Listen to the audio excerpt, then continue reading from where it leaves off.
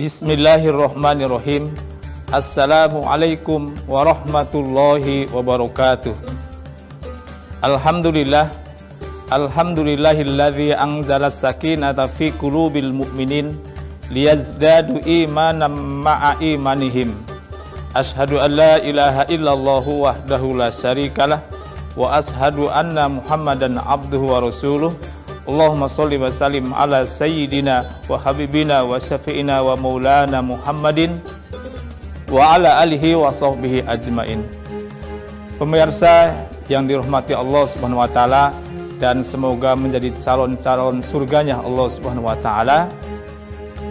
Dalam kesempatan ini, dalam kuliah 7 menit ini, saya akan mencoba menyampaikan tema pentingnya ilmu dalam ibadah, bahwa kita diciptakan oleh Allah Subhanahu wa taala ini tujuannya adalah hanya untuk beribadah. Wa ma khalaqtul jinna wal insa illa liya'budun. Kata Allah, dan tidak semata-mata aku ciptakan jin dan manusia kecuali hanya untuk ibadah. Dalam beribadah tentunya semua kita menginginkan bahwa ibadah kita diterima oleh Allah Subhanahu wa taala. Maka salah satu syarat untuk diterimanya ibadah adalah kita pelajari ilmu-ilmunya. Karena semua ibadah yang diperintahkan oleh Allah Subhanahu wa taala ada ilmunya. Dan kalau ibadah tanpa ilmu, niscaya akan ditolak oleh Allah Subhanahu wa taala. Wa kullu man bighairi ilmin ya'malu a'maluhu mardudatun la tuqbalu. Dan setiap amal ibadah yang tidak disertai dengan ilmunya, mardud, ditolak oleh Allah Subhanahu wa taala. Maka pelajari ilmu-ilmunya oleh kita. Salat yang kita laksanakan setiap hari ada ilmunya, ada syarat dan rukunnya, ada yang membatalkannya. Begitu juga puasa yang sedang kita laksanakan pada hari ini juga ada syarat dan rukunnya, ada yang membatalkannya. Begitu juga zakat, begitu kita haji juga ada ilmunya, ada syarat dan rukunnya, ada wajib haji, ada yang membatalkan haji. Maka disinilah pentingnya menuntut ilmu untuk supaya ibadah kita diterima oleh Allah Subhanahu wa taala. Maka pantas bahwa menuntut ilmu adalah bagian ibadah yang diperintahkan, yang diwajibkan oleh Allah Subhanahu wa taala. Thalabul ilmi faridatun ala kulli muslimin wal muslimat.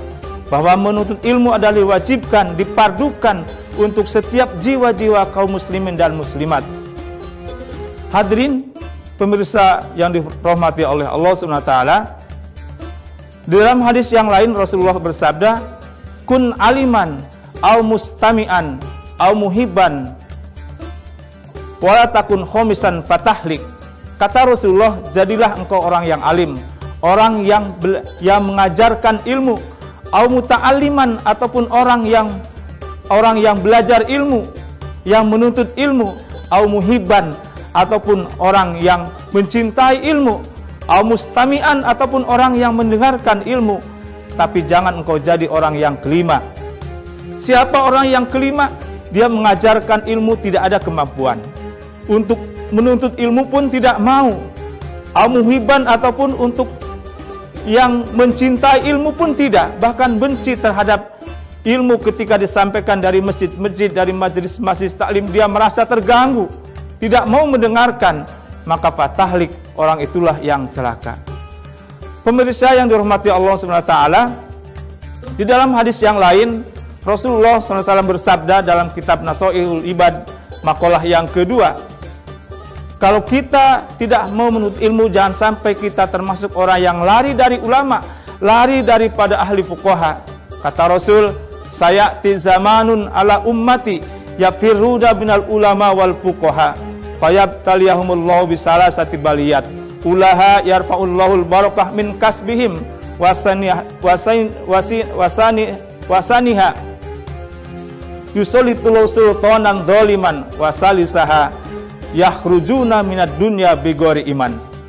Kata Rasul, akan datang suatu masa, suatu saat nanti umat lari daripada ulama, lari daripada ahli fuqaha, maka Allah akan turunkan 3 baliyat. Yang pertama, Allah akan angkat keberkahan dari kasabnya, keberkahan dari usahanya. Banyak orang yang hartanya banyak, usahanya maju, tapi tidak ada keberkahan. Kenapa? Karena dia lari daripada ulama, lari daripada ahli fuqaha. Kemudian yang kedua, apabila umat sudah lari daripada ulama, lari daripada ahli fuqaha, Allah akan turunkan baliat yang kedua. Allah akan berikan pemimpin yang dolim, pemimpin yang membeda-bedakan rakyatnya. Kemudian yang ketiga, baliat yang ketiga, apabila umat lari daripada ulama, lari daripada ahli fuqaha, yakhrujuna minad dunya bighairi iman. Akan banyak orang yang keluar dari muka bumi ini mati dalam keadaan tidak membawa iman.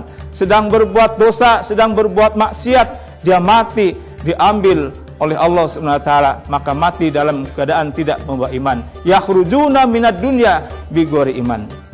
Nah, pemirsa yang dimuliakan Allah Subhanahu wa taala, maka mudah-mudahan kita semua termasuk orang-orang yang cinta ulama, cinta ahli fuqaha, yang cinta ilmu, sehingga ibadah-ibadah yang kita lakukan diterima oleh Allah Subhanahu wa taala.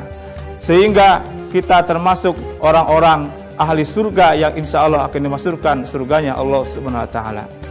Pemirsa yang dimuliakan Allah Subhanahu wa taala, kiranya dalam kuliah yang singkat ini cukup sekian. Apabila ada kebaikan datangnya dari Allah, apabila banyak kesalahan semata-mata kehilapan diri saya pribadi. Wallahul muwaffiq ila aqwamit thoriq. Wassalamualaikum warahmatullahi wabarakatuh.